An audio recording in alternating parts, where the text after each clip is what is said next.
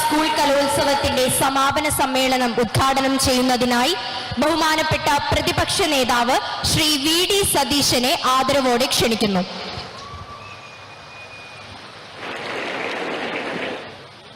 പ്രിയങ്കരനായ അധ്യക്ഷൻ മന്ത്രി ശ്രീ GR അനിൽ, വേദിയിലും സദസ്സിലിരിക്കുന്ന വിശിഷ്ടാതിഥികളെ, ഏറ്റവും പ്രിയപ്പെട്ടവരെ, ഞാൻ ഇരുന്ന് ആലോചിക്കുകയായിരുന്നു, എന്തൊരു വൈബാണ് ഈ പരിപാടിക്ക്.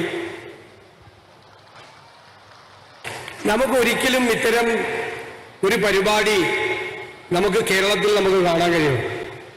ഈ സംസ്ഥാനം നടത്തുന്ന ഏറ്റവും വലിയ പരിപാടിയാണ് സ്കൂൾ യുവജനോത്സവം.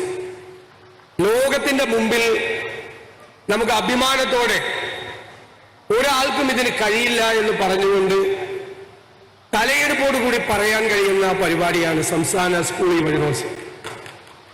സത്യത്തിൽ 4-5 ദിവസം ഈ സ്കൂൾ യുവജനോത്സവവുമായി ബന്ധപ്പെട്ട് തിരുവനന്തപുരത്ത് നിന്നപ്പോൾ എനിക്ക് തോന്നിയത് ഒരു 10 വയസ്സിന്റെയെങ്കിലും പ്രായം എനിക്ക് കുറഞ്ഞെന്നാണ്.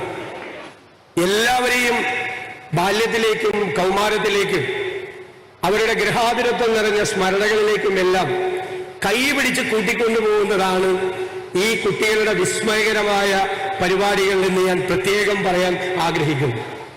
ഓരോ പരിപാടിയിലെയും പെർഫെക്ഷൻ.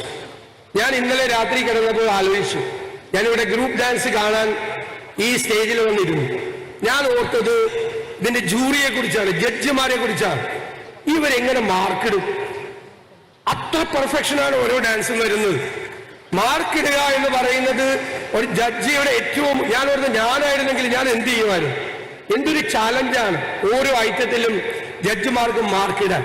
ഇത്രയും മികവാർന്ന, നമുക്ക് വിസ്മയം തരുന്ന ഈ കുട്ടികളെല്ലാം നാടിന്റെ സമ്പത്തുകളാണ് എന്ന് ഞാൻ പ്രത്യേകമായി ഈ അവസരത്തിൽ ഓർക്കുന്നു.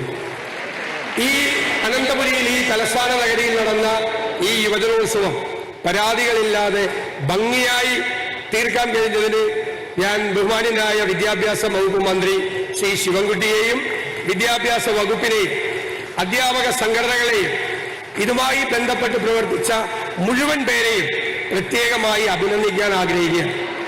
ഞാൻ ഇടയ്ക്ക് വിദ്യാഭ്യാസ മന്ത്രിയെ വിളിക്കും. അപ്പൊ എന്നോട് പറഞ്ഞു, എനിക്ക് ഭയങ്കര ടെൻഷനാണെന്ന് പറയും. ഒരു പരിപാടി ഏറ്റവും നന്നായി നടത്തുന്നു എന്നതിന്റെ ഏറ്റവും വലിയ പ്രതീകമാണ് മുഖ്യ സംഘാടകന് ടെൻഷൻ ഉണ്ടാകുന്നു, ഉറങ്ങാൻ പറ്റുന്നില്ല എന്ന്. എല്ലാവരും ചേർന്ന് ഒരുമിച്ച് നിന്ന്, ഒരു രാഷ്ട്രീയവും കലർത്താതെ എല്ലാവരും ഒരുപോലെ നിന്ന് ഇത് ഭംഗിയാക്കാൻ കഴിഞ്ഞത് ഇനിയുള്ള വരാനിരിക്കുന്ന വർഷങ്ങൾ ഇതിനേക്കാൾ ഭംഗിയായി നടത്തും എന്നുള്ള ആത്മവിശ്വാസം നമുക്ക് നൽകിയിരിക്കുന്നു. സമ്മാനിതരായ കുട്ടികളെയും മത്സരങ്ങളിൽ പങ്കെടുത്ത എല്ലാവരെയും, അവർക്ക് പരിശീലനം കൊടുത്ത എല്ലാവരെയും ഞാൻ പ്രത്യേകമായി അഭിനന്ദിക്കുന്നു. എനിക്ക് കുട്ടികളോട് പറയാനുള്ളത്, നല്ല പ്രസംഗത്തിന്റെ ഉത്തമമായ ലക്ഷണം എന്ന് പറയുന്നത് ഔചിത്യബോധമാണ്. ഇപ്പൊ എനിക്കിവിടെ കാണിക്കാൻ പറ്റുന്ന ഔചിത്യബോധം എന്ന് പറയുന്നത് പ്രസംഗം പെട്ടെന്ന് നിർത്തുക എന്നതാണ്. ഞാൻ ആ പ്രസംഗം പെട്ടെന്ന് നിർത്തുന്നു. നിങ്ങളുടെ എല്ലാവരുടെയും അനുവാദത്തോടെ സംസ്ഥാന സ്കൂൾ യുവജനോത്സവത്തിന്റെ സമാപന സമ്മേളനം ഉദ്ഘാടനം ചെയ്യുന്നതായി അറിയിക്കുന്നു. നന്ദി, നമസ്കാരം.